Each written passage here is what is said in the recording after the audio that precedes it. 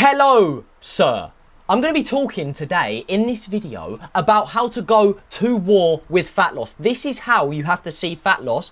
I'm literally recording this video in 35-degree heat. The windows are shut so that the neighbours can't hear me screaming. The fan's on behind me and I'm recording this in underwear. Right, I'll show you. Oh, you're not that lucky, mate. All right, not yet. We're not past first base.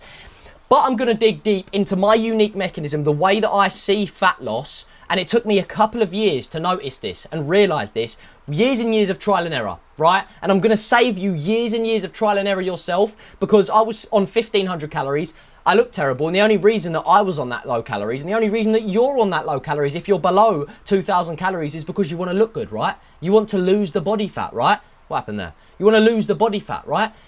But I looked worse on 1,500 calories than I do now on 3,000 calories. I've got more muscle mass now and less body fat than I did before, but I'm eating double the calories. I'm on 3,000 now, I was on 1,500 back then, right? It didn't make sense. I was putting my body into survival mode, and if you see it like this, it will just click in your head, which is the goal of this, right? So we're going to dig deep into this. Fat loss armory. You have to see it like you're battling with fat loss. Your body wants to hold on to the fat, right? Because it likes a little bit of fat. You want to lose it. So you have to use your weapons wisely at the right times.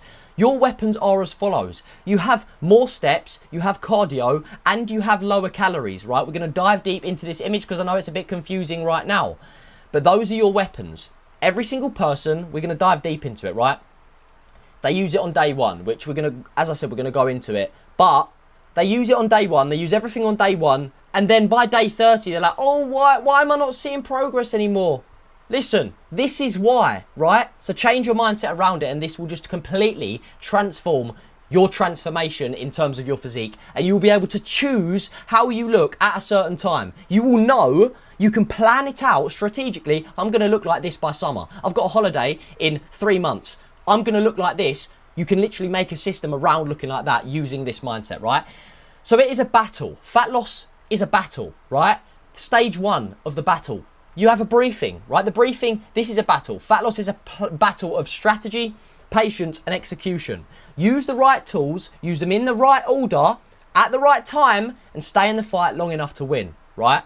Win the battle, keep the results. The weapons are, as I've gone through already, more steps, cardio, lower calories, right? That is as simple as that. So many people use them on day one. Not the way to go. That's what I did. That's why I looked terrible on 1,500, felt terrible. My body was in survival mode, praying and wishing that I would just increase my calories. And I finally figured it out today, right? You want to deploy them gradually. So the key is to use the right tool, the right weapon at the right time, right? So the step one is increasing your steps. Step two is the cardio. And step three is the calories. I'm going to explain why we have them in this order. Do not rush the process, right? Takes us over to here. Stage two. These are the weapons, right? Weapon one, we use more steps. So this is the first weapon that you're using. This is the first weapon that you're battling fat loss with when you decide to go into a fat loss phase, right? Low risk, high reward. The easiest thing you can do. Just add more steps, right? Why steps come first? It's low fatigue, easy to recover from, builds consistency, it increases your daily output, and it sets the foundation, right? You should always be moving. This is not something that is debatable. Every human should be doing 10,000 steps every day. That is how it is. You should be doing that regardless, right? Build the base first. Start at 10,000 steps, make it your baseline. Once you're comfortable with that, it's a non-negotiable. I don't care who you are. I don't care how old you are, right? Well, maybe if you're 100 years old, your steps will slightly decrease, but steps they should just be part of your daily life. It should be something that you're doing. Your body needs movement to function properly, which is what we want, right? So in terms of the steps, you want to do 10,000, fine. After that, 12 to 15,000 once your weight plateaus, once it's not going down anymore. After you've used 10,000 steps, then increase to 12 to 15,000, right? You want to increase the output before touching the calories at all. We want to be feeding our body the most amount of calories possible for the longest amount of time because, and this is something a lot of people get wrong again, they think that the priority in fat loss phases is to lose fat. It's not. And you're probably thinking, what are you talking about, Leon? You waffler, right? It is so easy to lose fat. It is so hard to gain muscle in terms of time. You can lose fat as quickly as you want, right? Obviously, given certain extent. if you want to do it unhealthy, you can go into as much of a deficit as you want, and you can speed that up like that, right? But you will lose muscle if you're having too little calories. So you want to maintain and build the thing that takes longer to do, rather than prioritize the thing that takes so much shorter to do, right? Just common sense when you put it like that. Increase the output first, burn more through movement before eating less, right? Do not just reduce your calories straight away. Low fatigue first weapon. Steps cost the least, but they give you a lot, right? You might even have an active job. Then this is going to be easy for you. If you've got a desk job, go for a walk in your breaks. There's always a way to fit in more steps, right? There's always a way. Look at your screen time. How much are you doom scrolling? I don't even care about if you're doom scrolling. Do it while you're on the treadmill. Do it while going for a walk. Get some fresh air, man, all right? Keep the body ticking. Keep the body moving. Weapon 2 is cardio, right? We want to slowly add cardio. Again, when the weight plateaus, only move to the next stage when the weight stops moving. After a 7-day period, after a 14-day period if you've got a longer time frame. Weapon 2 is cardio, right? This is the second weapon you deploy. Add it only when it's needed, when that weight plateaus. But we have 3 phases in terms of cardio, right? We have cardio phase 1. You do 20 minutes of incline walking, right? I want you to do the maximum incline that you can do for the maximum speed that you can do. Aim to burn 200 to 300 calories, 20 minutes 3 to 4 times a week. Not a big ask. Do it after your weights. You want to be putting, as I said, muscle is the most important thing to maintain and gain. I'm gaining muscle right now while losing the fat because I'm very specific with my numbers, but it took me years and years to figure this system out, right? So do that. First cardio layout is cardio phase 1, 3 to 4 times per week. Aim to burn 250 to 350. Let's up it a little bit. Aim for the stars, land on the moon. Is that the saying? Right. Cardio phase 1. Phase 2. We want to be upping that to 30 minutes. Right. 3 to 4 times a week. Keep it the same. Just add 10 minutes on. Do it after your weights. Again, all of this is after your weights. You want to be going in, and 1, you don't want to be sweating all over the machines. But 2, you want to be putting your all into it. Right. You don't want to be, oh, I'm fucking shattered, mate. I'm so tired. I can't be asked to do weights, and then you just half-arse it. No, you want to be going in there, mate. Caffeined up if you need to. All right? That's phase 2 of cardio. Phase 3, 30 minutes after every lift, right? So if you're going to the gym 5-6 times a week, do it 5-6 times a week after every weightlifting session, right? But have 1 rest day, right? Or if you want to go, just make sure you're getting your steps on your rest days regardless. 10,000 steps is a bare minimum. This is on top of 10,000 steps, right? Yes, on top, right? This is what it takes. Do you want to look good or not, man? All right. Add cardio after the steps. Steps build the base. Cardio comes second. Do not rush the process. This is my problem with waffling. I already cover the points, but I've literally curated something. I'm just a waffler. But it's value waffle, right? It's value waffle, Donald Trump. Use it in the right order, okay? Then we're going to go to stage 4, right? What is weapon 3? Reducing your calorie intake. You've got to be careful with this. Most people do this on day 1. You don't want to be doing this on day 1. If you're on 5,000 calories, obviously you've got to go into a deficit, but do it gradually. Don't go from 4,000 calories to 2,000 calories. Your body, actually think about that. Your body's been having 4,000, and now you're going, I'm going to half it when your body has got used to 4,000. Why would you do that? You're sending your body into a panic mode, right?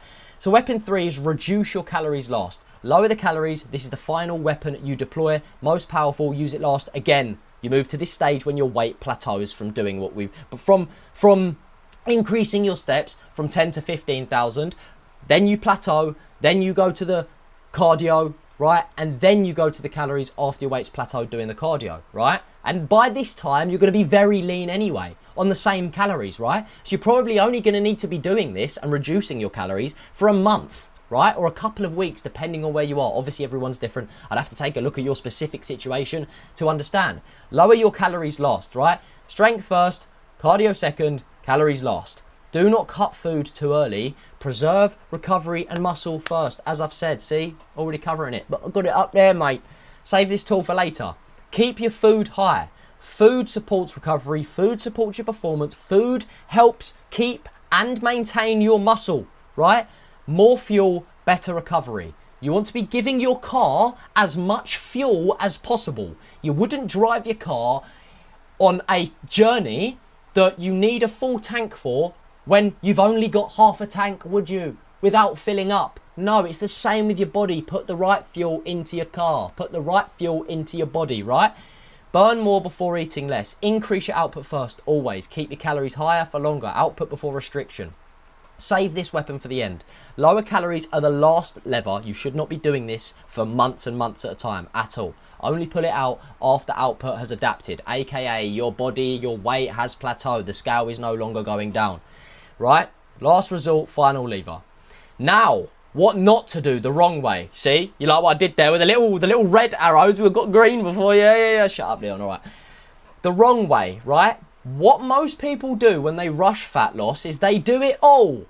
They go, more steps, more cardio, lower calories on day one. It's too aggressive too early. You're going to lose muscle that way. Use everything at once is not the right thing to do, right? All of it. It's a huge mistake. More steps too early, pushing movement. Obviously, steps is good, right? If you're just doing the steps. Even 20,000 a day. I was doing 20,000 steps a day, 25,000 in construction, up and down stairs. Imagine that on the Stairmaster, 20,000 steps every day. Lifting 50 kilo bags of concrete. What? On 1,500 calories, my body was in like minus 500 calories, right? I was literally, and I say this quite literally, seriously now, I've got snapped out the joking state. I was quite literally dying because I was obsessed with what I saw in the mirror. That is when you realise it is dangerous to be obsessed with what you see in the mirror because you get into the gym. I hope you got into the gym. One, to look good, obviously. But a good body should basically represent you being healthy, right? You do not want to get to the point where you're on so many steroids and all that because you literally are just prioritising what you see. That's a dopamine hit. Dopamine runs the world, and when you realise that, that's a whole video in itself. Whoa, going down the rabbit hole there. But, right, just realise that. Be aware. Cardio too early. Use the second tool before they need it. Blah, blah, blah. Do not rush into cardio. Your fatigue rises, your recovery takes a hit, and you adapt too soon. And then you mix that with lower calories so that you can't recover. You're doing more and eating less, so that you can't make up for those extra calories. If you're doing more, you should be eating more, right? Lower calories too early. Pulling food down before output has done the work. Recovery suffers, training quality drops, muscle is harder to hold, right? Then the hunger goes up. You see how this is just a domino effect for failure? This is what everyone does. This is what you've probably done. It's fine, I've done it too. But I'm just telling you so you don't make the same mistake again. Hunger goes up. The harder you force the deficit, the harder the body pushes back. Cravings rise, adherence gets harder, binging becomes way more likely, right? Those cravings start to kick in. I've been there at 11 p.m. after dinner. Just that sweet draw. It's looking at me, mate. It's looking at me. It's looking at me. More suffering, less control, right? Energy goes down, too much too soon, drains the system. You feel flat, daily output drops, motivation takes a hit, less energy and worse execution, right? Sorry, just making sure the mic goes. You don't know how many times I've recorded these videos and the mic's just gone and then I'm about to record it. Oh, the Indian neighbours, they're not very happy with me then. Strength goes down, right? When recovery falls, performance usually follows. You have weaker lifts, you have poorer sessions, you have less energy, harder to keep the muscle. Do you see what I'm saying now? It doesn't, me putting it like this, hopefully it opened your eyes as to how stupid it is, but you're so obsessed. I was so obsessed with seeing the good thing in the mirror. Wow, I want it. Don't do that. Don't get obsessed, right? A worse look follows because of that, right? So you're doing it to get a shortcut, and then you end up looking worse, feeling worse, testosterone takes a plummet, and because your testosterone takes a plummet, energy levels take a plummet, muscle gain takes a plummet, everything just falls down because testosterone's down. Your body adapts. Your body gets used to the aggressive measures faster than you think, right? Fat loss slows down because your body is holding on to that now, right? Output feels normal, the plateau arrives too early, right? By day 60 or 90, whatever, it's adapted, right? There's no weapons left. If you use every tool too early, there's nothing left when the progress slows down, right? There's no room for progress, only more suffering remains. You just feel stuck, you've hit a plateau, and you've got no more weapons to use. You've gone nuclear on day one, and fat loss has spanked you. It has beaten you yet again, and you haven't got to that 10%, maybe sub 10% that you want, right? And by the way, sub 10%, you shouldn't be maintaining that, right? That's not healthy. It's pretty cool to get there once for a couple of weeks, maybe a week, and then you go back up into a reverse diet. Reverse diet is a whole nother subject. Video ideas are coming straight to the brine, mate. burn through too early, right? You use too much too soon and progress becomes harder later. You have less room to adjust. You have more fatigue, more pressure to suffer. You've wasted all of your options. You lose weight and you look worse, right? Weight, right? Weight, not fat. You will lose the fat, yes, but you will also lose the muscle. Your body has to get rid of the muscle. You're not giving it enough fuel to run. You're not giving it, like, I don't even know. It's like trying to drive the car without taking the wheels off, right? It doesn't matter. Like, it absolutely... Client, look, 10 kg down in like 45 days now, muscle going to diet. Is it? I didn't tell him to say that, mate. Right? What are the chances, right? That's a client. Amazing. Put a smile on my face, that. Fucking hell. Sorry, lads. Back on track. Lose weight. You look worse. A lower body weight does not always mean a better physique. Less fullness, poorer shape, muscles harder to hold. Smaller is not always better, right? Smaller, flatter, stark. This is when the mental starts going. This is what happens when the process becomes too aggressive too early. Pumps disappear, progress stalls, you don't reveal the look that you want. A worse look, not a better one, right? So then you go over to the the sixth stage. Oh, didn't mean to do that. You see what I'm saying? I'm not a tech man. Whoa. Delete that. There we go. Stage 6, the right way. The right way is to add, back to the green arrows. You like that, mate? Right, back to the green arrows. Steps, cardio, food. That is the way that you want to do it, right? The smarter way to deploy your fat loss tools, gradual, controlled, effective. Start with the steps, build the base with the least costly tool first. Add the cardio when you need it.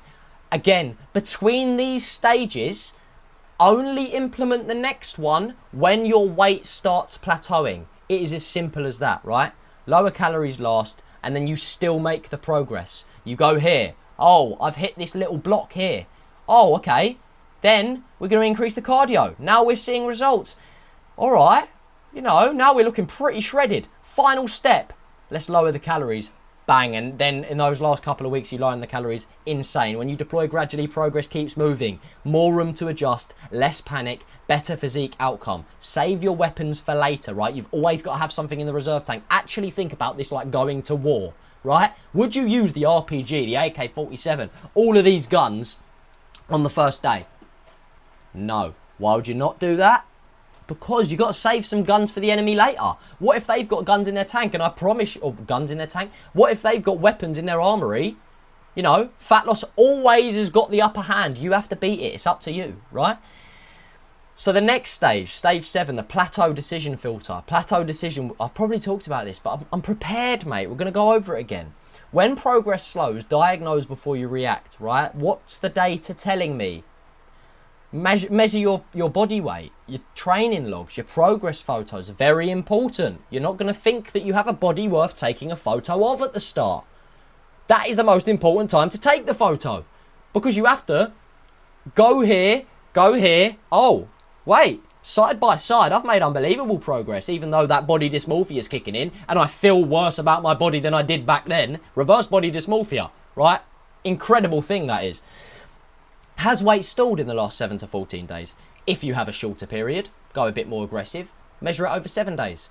If you might have seen, you know, a tiny bit of weight loss, but not as much as before, then the weight's slowing down. Maybe wait another week. It all depends on your time frame. The healthiest way to do this is increase your time frame. This should be a lifestyle. This shouldn't be like, I'm going to cut for 3 months so aggressively, get on my holiday, get fat, not ever go to the gym again after. This shouldn't be the way, although a lot of people do that, right? One random weigh-in does not mean a true plateau. You look at the trend, 7, 14 days. Do not be weighing yourself every day. People get obsessed with the number. The number on the scale is only there to tell you if your approach is working towards fat loss. If it's not going down, it's not working, right? And then you add these weapons that we've talked about. First question, is it a real stall? Check adherence first before changing the plan. Check your execution. What is not tracked cannot be improved. Calories tracked, steps hit, cardio completed, weekends controlled. Are all of these things happening? If they're not tracked, you know, you don't know how to improve them. Elon Musk wouldn't go, oh, I don't know how much money I made today. I don't know how many rockets we sent to space the other year.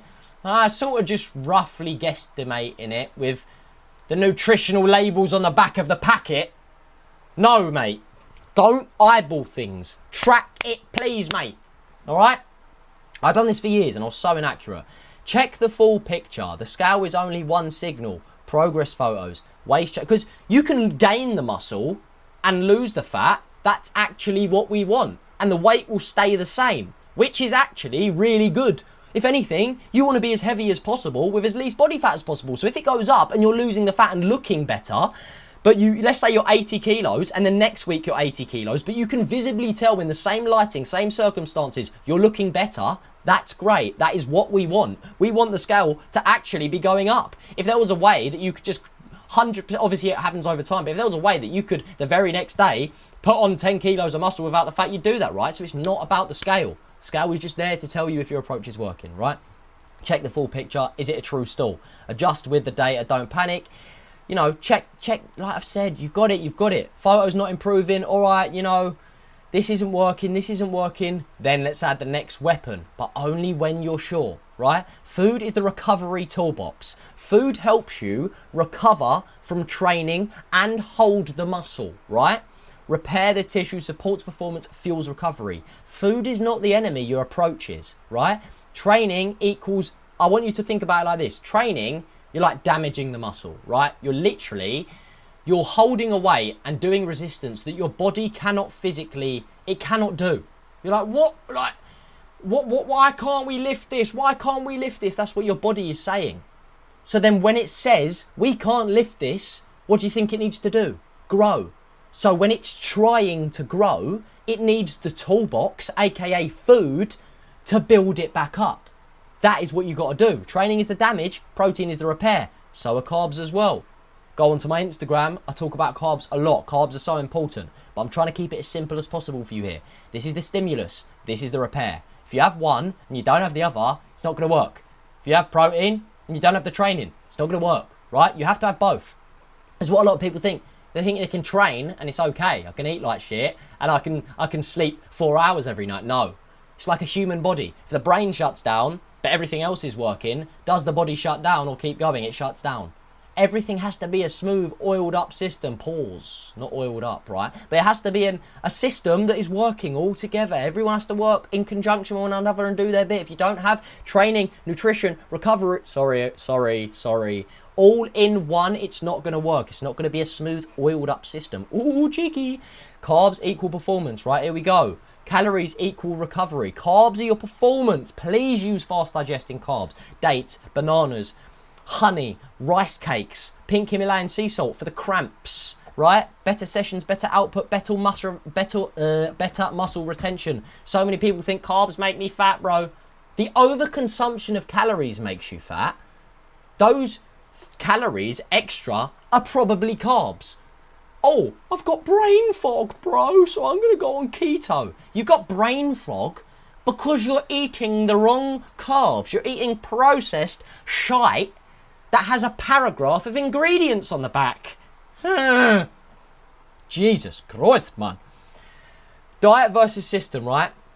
Your diet, slash the calories, random cardio, panic adjustments. The system, steps first, cardio later, calories last, use data. What is not tracked cannot be improved, right? You have to see this like a business, right? Fitness and business, right? They correlate in a lot of ways. Delayed gratification, showing up when you don't feel like it, you know, the commitment, the discipline, so many of these things.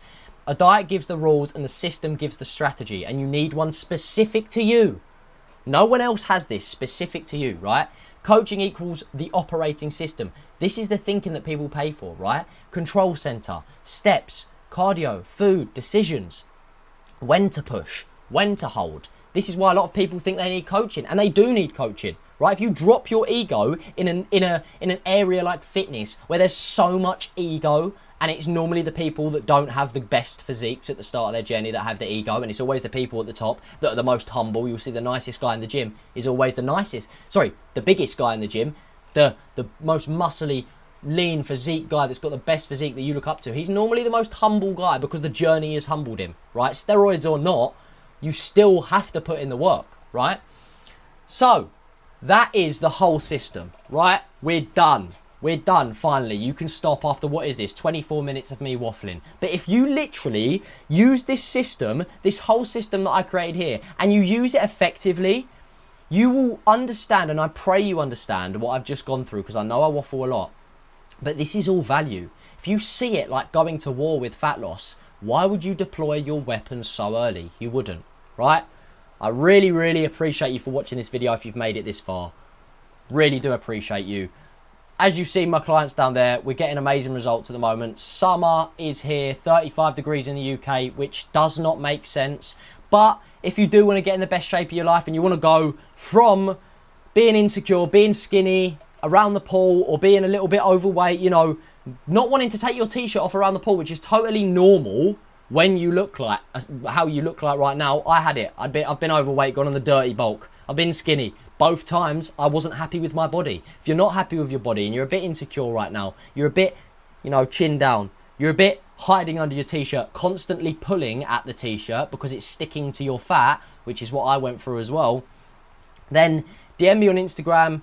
You can DM me any questions, but I'll have a Calendly booking link for one-to-one coaching in the thing, in the description. I'm not saying we're going to be a good fit. I have 24 hours in a day, can only dedicate my time to the right clients. You have to be the right type of person. But if you are willing to put in the work and understand that I will give you everything, but you can't lead a horse to water. Sorry, you can lead a horse to water, but you can't make it drink. If you're not going to drink that water that I'm going to put right in front of you, the results are not going to happen. So that call booking link will be in the description. It's a Calendly link. I hope to see you there.